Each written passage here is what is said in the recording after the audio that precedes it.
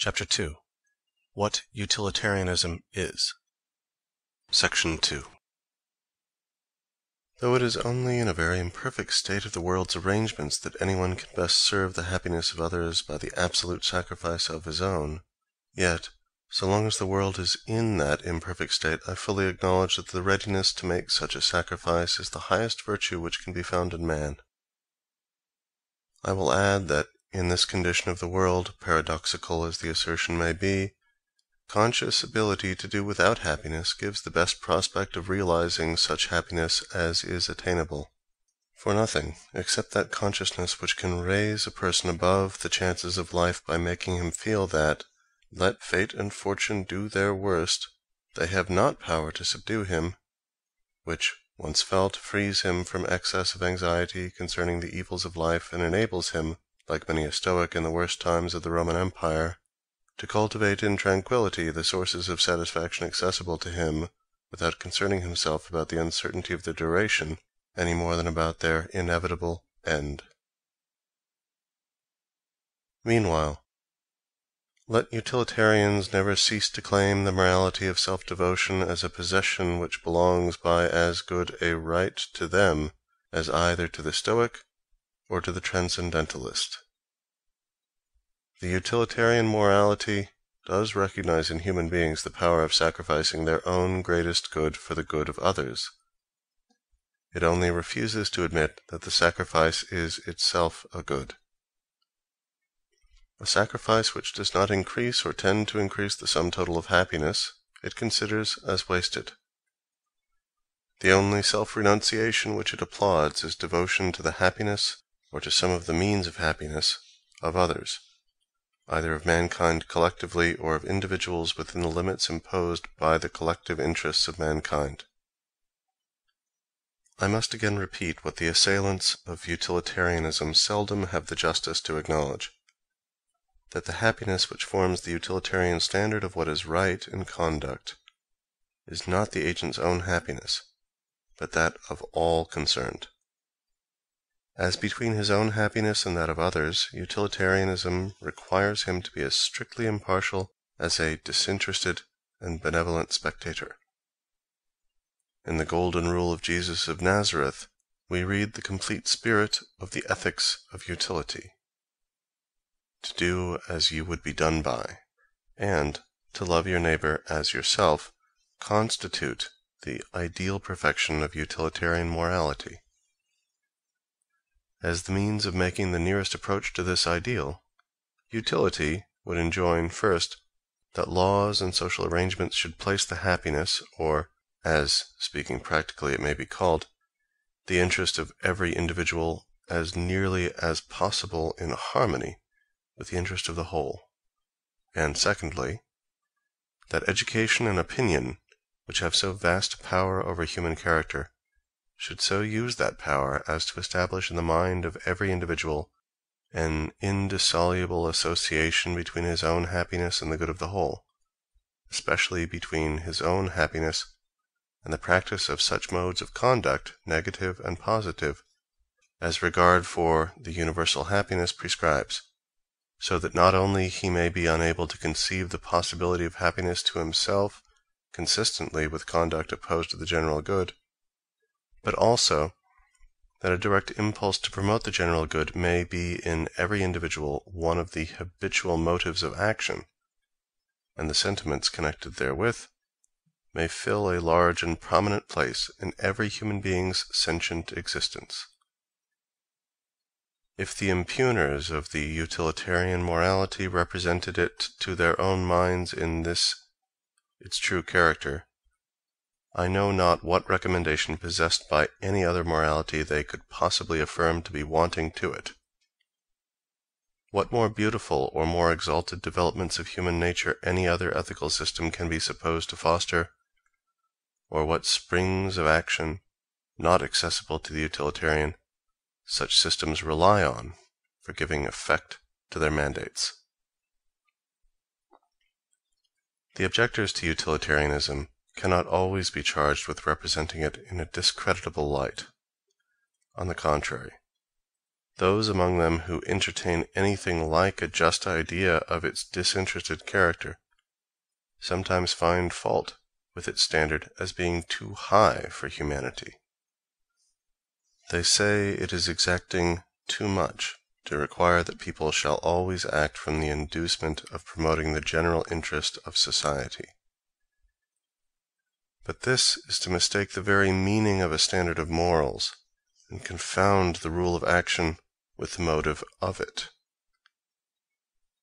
It is the business of ethics to tell us what are our duties, or by what test we may know them.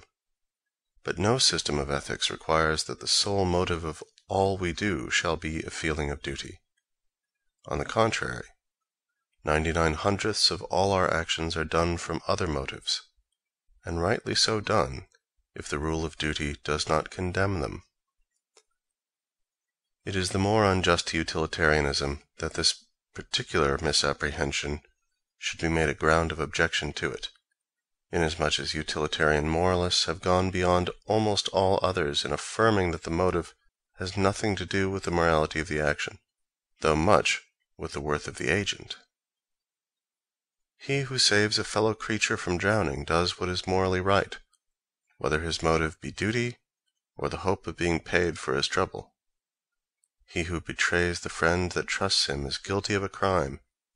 even if his object be to serve another friend, to whom he is under greater obligations. Footnote: An opponent, whose intellectual and moral fairness it is a pleasure to acknowledge, the Reverend J. Llewellyn Davies, has objected to this passage, saying, quote, "Surely the rightness or wrongness of saving a man from drowning does depend very much upon the motive with which it is done. Suppose that a tyrant, when his enemy jumped into the sea to escape from him, saved him from drowning simply in order that he might inflict upon him more exquisite tortures. Would it tend to clearness to speak of that rescue as a morally right action? Or suppose again, according to one of the stock illustrations of ethical inquiries, that a man betrayed a trust received from a friend because the discharge of it would fatally injure that friend himself or someone belonging to him. Would utilitarianism compel one to call the betrayal a crime as much as if it had been done from the meanest motive?" Unquote. I submit that he who saves another from drowning in order to kill him by torture afterwards does not differ only in motive from him who does the same thing from duty or benevolence. The act itself is different. The rescue of the man is, in the case supposed, only the necessary first step of an act far more atrocious than leaving him to drown would have been. Had Mr. Davies said, "The rightness or wrongness of saving a man from drowning does depend very much, not upon the motive, but upon the intention," no utilitarian would have differed from him. Mr. Davies, by an oversight too common not to be quite venial, has in this case confounded the very different ideas of motive and intention. There is no point which utilitarian thinkers, and Bentham preeminently, have taken more pains to illustrate than this. The morality of the action depends entirely upon the intention, that is, upon what the agent wills to do. But the motive, that is, the feeling which makes him will so to do, if it makes no difference in the act, makes none in the morality, though it makes a great difference in our moral estimation of the agent, especially if it indicates a good or a bad habitual disposition, a bent of character, from which useful or from which hurtful actions are likely to arise. End footnote. But to speak only of actions done from the motive of duty and in direct obedience to principle, it is a misapprehension of the utilitarian mode of thought to conceive it as implying that people should fix their minds upon so wide a generality as the world, or society at large. The great majority of good actions are intended not for the benefit of the world, but for that of individuals, of which the good of the world is made up, and the thoughts of the most virtuous man need not on these occasions travel beyond the particular persons concerned, except so far as is necessary to assure himself that in benefiting them he is not violating the rights, that is, the legitimate and authorized expectations, of anyone else. The multiplication of happiness is, according to the utilitarian ethics, the object of virtue. The occasions on which any person, except 1 in 1,000, has it in his power to do this on an extended scale, in other words, to be a public benefactor, are but exceptional, and on these occasions alone is he called on to consider public utility. In every other case, private utility, the interest or happiness of some few persons, is all he has to attend to. Those alone, the influence of whose actions extends to society in general, need concern themselves habitually about so large an object. In the case of abstinences, indeed, of things which people forbear to do from moral considerations, though the consequences, in the particular case, might be beneficial, it would be unworthy of an intelligent agent not to be consciously aware that the action is of a class which, if practiced generally, would be generally injurious,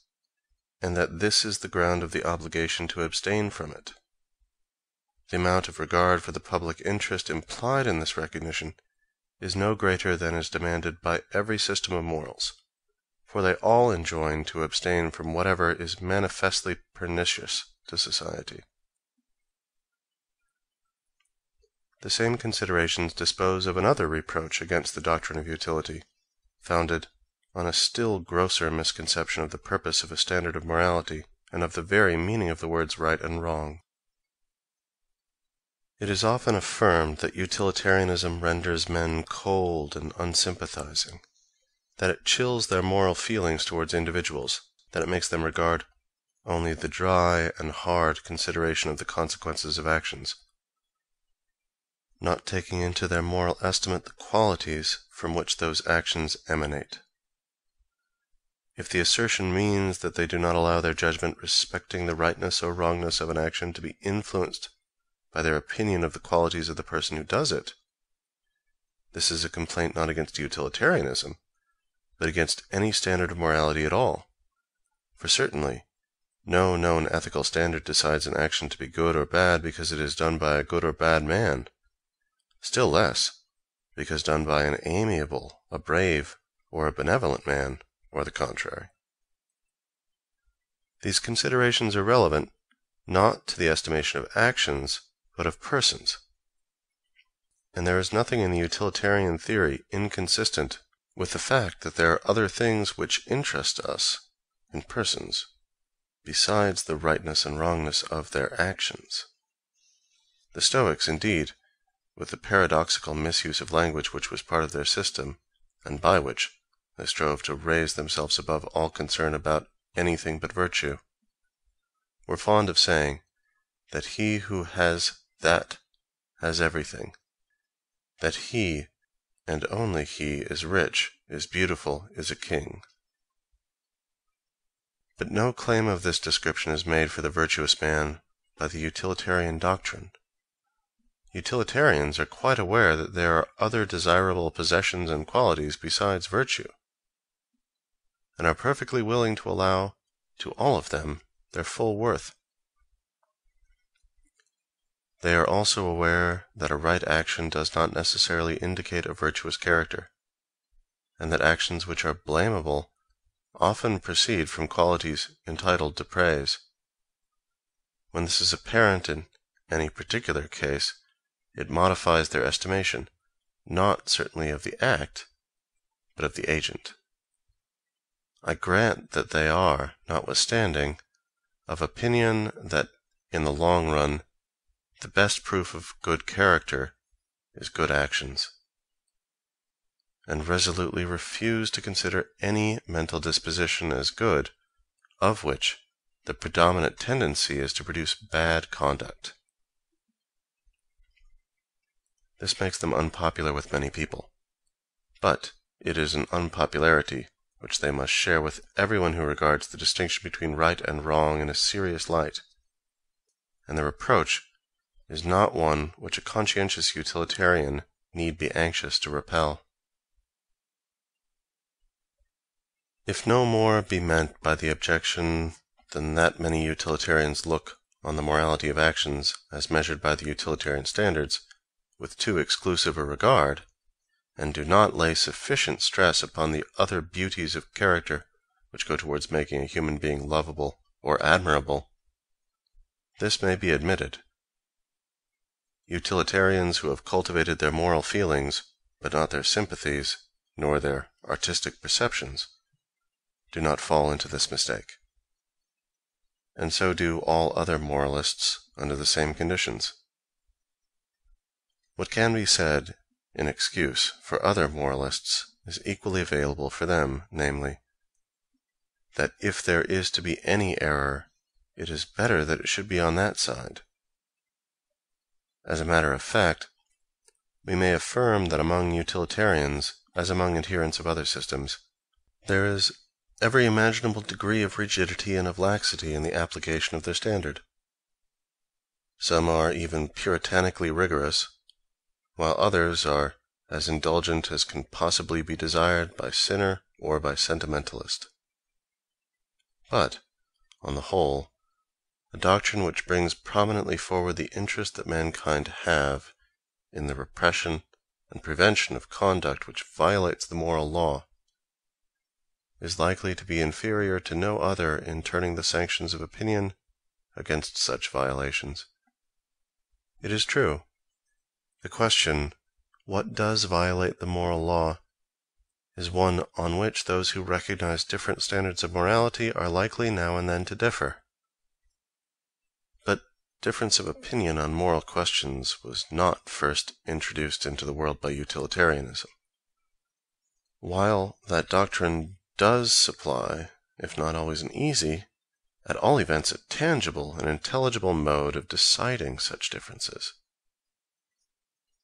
It may not be superfluous to notice a few more of the common misapprehensions of utilitarian ethics,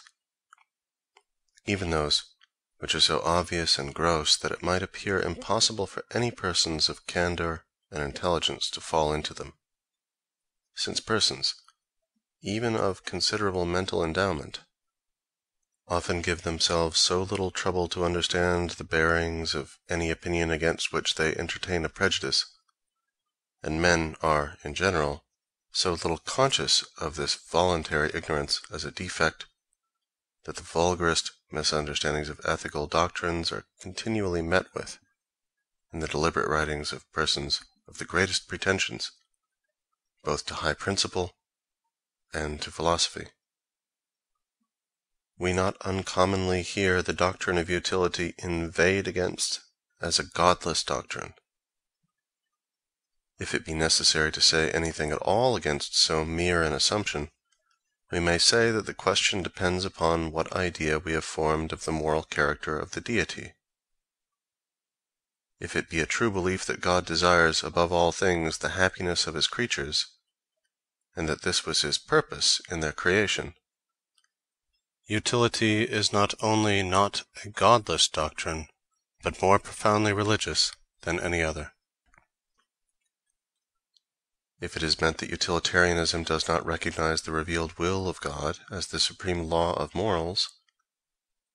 I answer that a utilitarian who believes in the perfect goodness and wisdom of God necessarily believes that whatever God has thought fit to reveal on the subject of morals must fulfill the requirements of utility in a supreme degree. But others besides utilitarians have been of opinion that the Christian revelation was intended, and is fitted, to inform the hearts and minds of mankind with a spirit which should enable them to find for themselves what is right, and incline them to do it when found, rather than to tell them, except in a very general way, what it is, and that we need a doctrine of ethics, carefully followed out, to interpret to us the will of God. Whether this opinion is correct or not, it is superfluous here to discuss, since whatever aid religion, either natural or revealed, can afford to ethical investigation is as open to the utilitarian moralist as to any other. He can use it as the testimony of God to the usefulness or hurtfulness of any given course of action by as good a right as others can use it for the indication of a transcendental law having no connection with usefulness or with happiness. Again, utility is often summarily stigmatized as an immoral doctrine by giving it the name of expediency, and taking advantage of the popular use of that term to contrast it with principle. But the expedient, in the sense in which it is opposed to the right, generally means that which is expedient for the particular interest of the agent himself, as when a minister sacrifices the interests of his country to keep himself in place. When it means anything better than this, it means that which is expedient for some immediate object, some temporary purpose, but which violates a rule whose observance is expedient in a much higher degree. The expedient, in this sense, instead of being the same thing with the useful, is a branch of the hurtful. Thus, it would often be expedient for the purpose of getting over some momentary embarrassment or attaining some object immediately useful to ourselves or others, to tell a lie. But, inasmuch as the cultivation in ourselves of a sensitive feeling on the subject of veracity is one of the most useful, and the enfeeblement of that feeling one of the most hurtful things to which our conduct can be instrumental, and, inasmuch as any, even unintentional deviation from truth does that much toward weakening the trustworthiness of human assertion, which is not only the principal support of all present social well-being, but the insufficiency of which does more than any one thing that can be named to keep back civilization, virtue, everything on which human happiness on the largest scale depends, we feel that the violation, for present advantage, of a rule of such transcendent expediency is not expedient, and that he who, for the sake of convenience to himself or to some other individual, does what depends on him to deprive mankind of the good and inflict upon them the evil involved in the greater or less reliance which they can place in each other's words, acts the part of one of their worst enemies. Yet that even this rule, sacred as it is, admits of possible exceptions, is acknowledged by all moralists, the chief of which is when the withholding of some fact, as of information from a malefactor, or of bad news from a person dangerously ill, would save an individual, especially an individual other than oneself, from great and unmerited evil, and when the withholding can only be effected by denial. But, in order that the exception may not extend itself beyond the need, and may have the least possible effect in weakening reliance on veracity, it ought to be recognized, and, if possible, its limits defined. And, if the principle of utility is good for anything, it must be good for weighing these conflicting utilities against one another, and marking out the region within which one or the other preponderates. Again, defenders of utility often find themselves called upon to reply to such objections as this: that there is not time, previous to action, for calculating and weighing the effects of any line of conduct on the general happiness. This is exactly as if anyone were to say that it is impossible to guide our conduct by Christianity, because there is not time, on every occasion on which anything has to be done, to read through the Old and New Testaments. The answer to the objection is that there has been ample time, namely, the whole past duration of the human species. During all that time, mankind have been learning by experience the tendencies of actions, on which experience all the prudence as well as all the morality of life are dependent. People talk as if the commencement of this course of experience had hitherto been put off, and as if, at the moment when some man feels tempted to meddle with the property or life of another, he had to begin considering for the first time whether murder and theft are injurious to human happiness. Even then, I do not think that he would find the question very puzzling. But, at all events, the matter is now done to his hand. It is truly a whimsical supposition that, if mankind were agreed in considering utility to be the test of morality, they would remain without any agreement as to what is useful, and would take no measures for having their notions on the subject taught to the young and enforced by law and opinion. There is no difficulty in proving any ethical standard whatever to work ill, if we suppose universal idiocy to be conjoined with it. But, on any hypothesis short of that, mankind must by this time have acquired positive beliefs as to the effects of some actions on their happiness, and the beliefs which have thus come down are the rules of morality for the multitude and for the philosopher, until he has succeeded in finding better.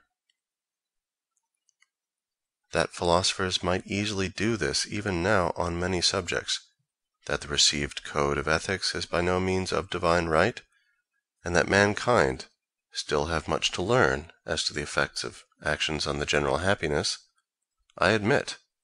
or rather earnestly maintain. The corollaries from the principle of utility, like the precepts of every practical art, admit of indefinite improvement, and, in a progressive state of the human mind, their improvement is perpetually going on. But to consider the rules of morality as improvable is one thing; to pass over the intermediate generalization entirely, and endeavor to test each individual action directly by the first principle, is another. It is a strange notion that the acknowledgment of a first principle is inconsistent with the admission of secondary ones. To inform a traveler respecting the place of his ultimate destination is not to forbid the use of landmarks and direction posts on the way. The proposition that happiness is the end and aim of morality does not mean that no road ought to be laid down to that goal, or that persons going thither should not be advised to take one direction rather than another. Men really ought to leave off talking a kind of nonsense on this subject, which they would neither talk nor listen to on other matters of practical concernment.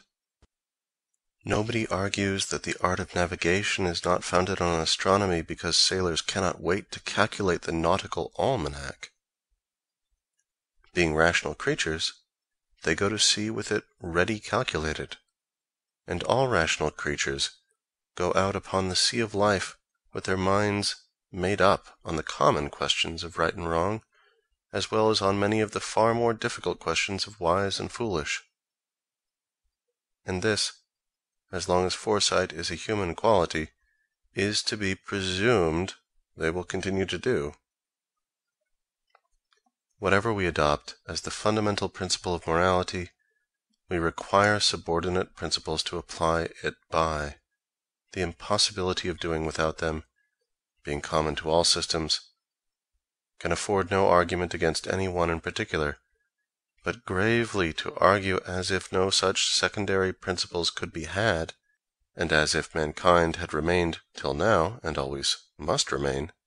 without drawing any general conclusions from the experience of human life, is as high a pitch, I think, as absurdity has ever reached in philosophical controversy. The remainder of the stock arguments against utilitarianism mostly consist in laying to its charge the common infirmities of human nature, and the general difficulties which embarrass conscientious persons in shaping their course through life. We are told that a utilitarian will be apt to make his own particular case an exception to moral rules, and, when under temptation, will see a utility in the breach of a rule greater than he will be able to see in its observance. But is utility the only creed which is able to furnish us with excuses for evil-doing and means of cheating our own conscience? They are afforded in abundance by all doctrines which recognize, as a fact in morals, the existence of conflicting considerations, which all doctrines do that have been believed by sane persons. It is not the fault of any creed, but of the complicated nature of human affairs, that rules of conduct cannot be so framed as to require no exceptions, and that hardly any kind of action can safely be laid down as either always obligatory or always condemnable.